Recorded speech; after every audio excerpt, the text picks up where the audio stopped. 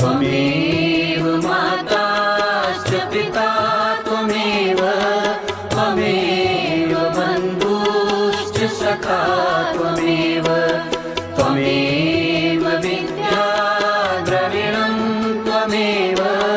त्वमेव सर्वं मम देव देव त्वमेव सर्वं मम देव देव कर्पूरगौरं करुणावतारं